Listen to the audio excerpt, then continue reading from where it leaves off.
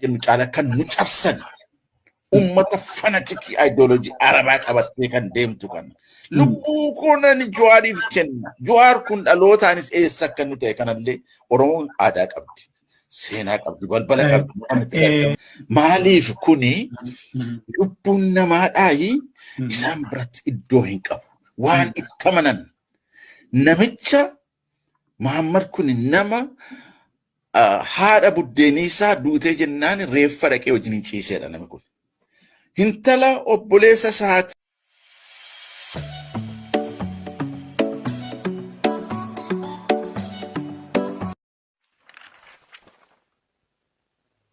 Qeeroon miliyeenaan wareegamte tan arrallee wareegamaa jirtu sun ijoollee Islaamaati.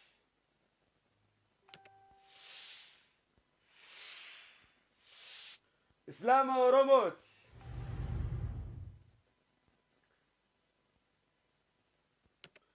Tan harmi mummuramee qaqqalame, tan harkaa fi miilli murame ijoollee Islaamaati. Tan lafeen isii boboyte ijoollee Islaamaati. Ka Wallorraa qaqqalamaa jiru, ka Jimmarraa qaqqalamu ijoollee Islaamaati. Ta Oromooti.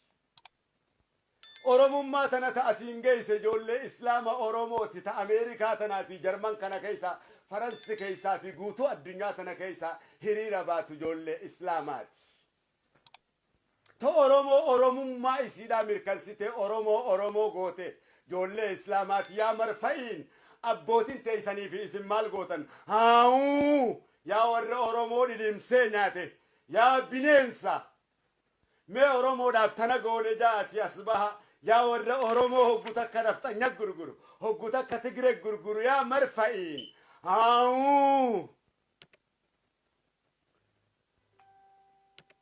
Yaa Buda yuuftaniin nu keessaa bahutti jirtan. Yuuftaniin nu keessa yuufteetiif keessaa isin baasaa jirra yaa marfa'iin. Waa Islaama Oromoodhaa siifiin hima. Siifiin hima. Kumantaman tawaboo jala hiriirtee jirtu. Marroo keenya tajattu. Ijoollee Islaamaati.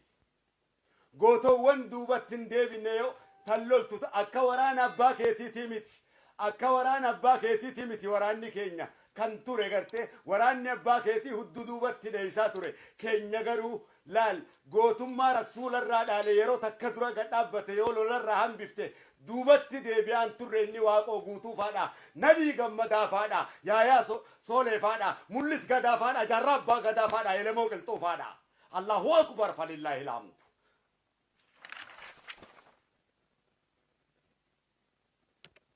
Yey Johar Muhammad inni atinaan jettu nuti Johar bar qabsoo karaa nagayaa tinum baaftu jechuudhaaf qeeyna malee kaayyoo dharratti wal qeeyne qabsoon karaa nagayaa num baaftu ni beeyta jechuudhaaf malee Johar abbaa wallaallee yookaan gosa wallaallee qeeqaan turre yookaan amantiif qeeqaan turre nuuf shanyiidha. Na dhageessa Johar eenyu kannaan jettu yoo taate shanyiinsaa eenyu yoo kannaan jettu taate kan abbaa kiyyaati. Inni sun siikkoo xummuugaa bareentoo Oromooti. Ana qalloo bareentoo Oromootu siin je. Hiji siikkoo xummuugaa bareentoo Oromoo kan obboleessa booranticha Oromooti abbaa maccaa. Gosti isaa akkas. Yey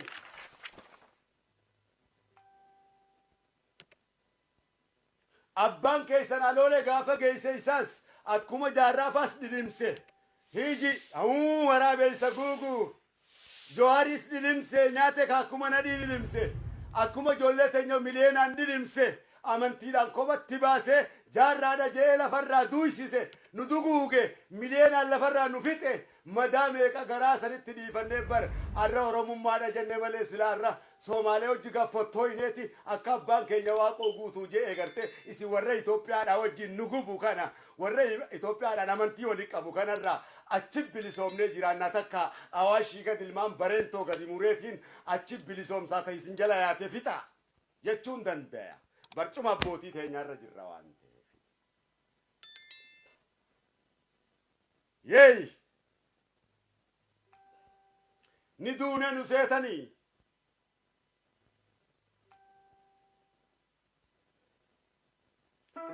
Ni dhorkattanii miti nurraa gad dhorkadhaa jechuu keenya yookaan takkummaa fi Oromummatti amanna jettan taate jechuudha.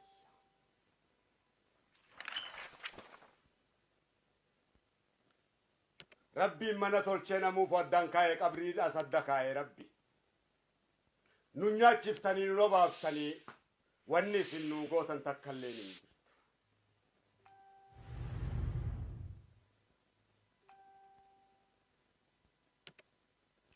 Oromummaan akkanaatiis hin jirtu.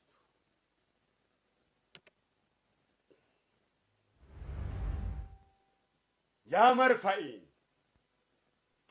abbootii teessani tan Oromummaa arrallee dhiiga qeyroo meeqaa dhiiga ijoollee kiristaanaatis haa'uu abbootii teessan ta wangeela injiilan dhugoomsin haa'uu ta injiilaan nama sobdu haa'uu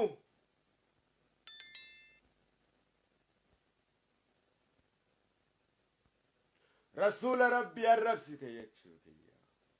Rasuulli rabbii faarfamaadha.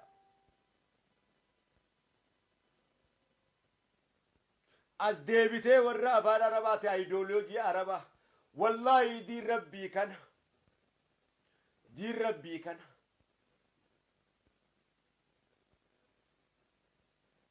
kiristoosis laa ilaaha illallah muhammadan rasuulullah jedheeti rabbii tokkichaa sagadaa ba'e. Muhammadis Museenis Abrahaamis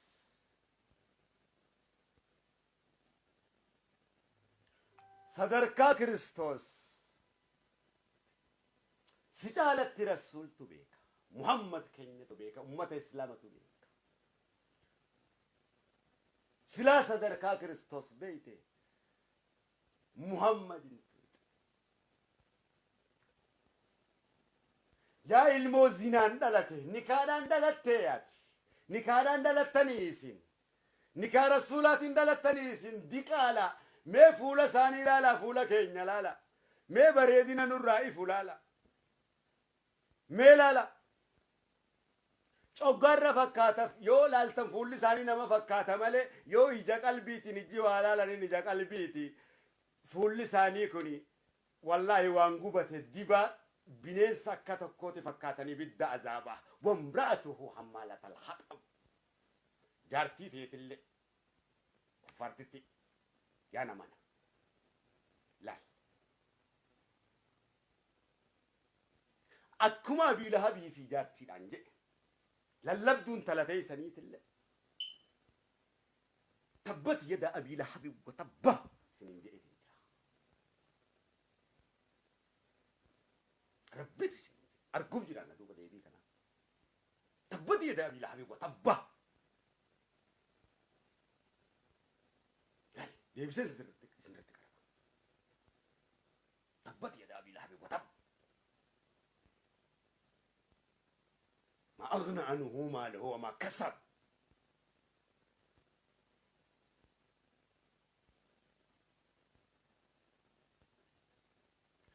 سيصلى نهرا ذات لهب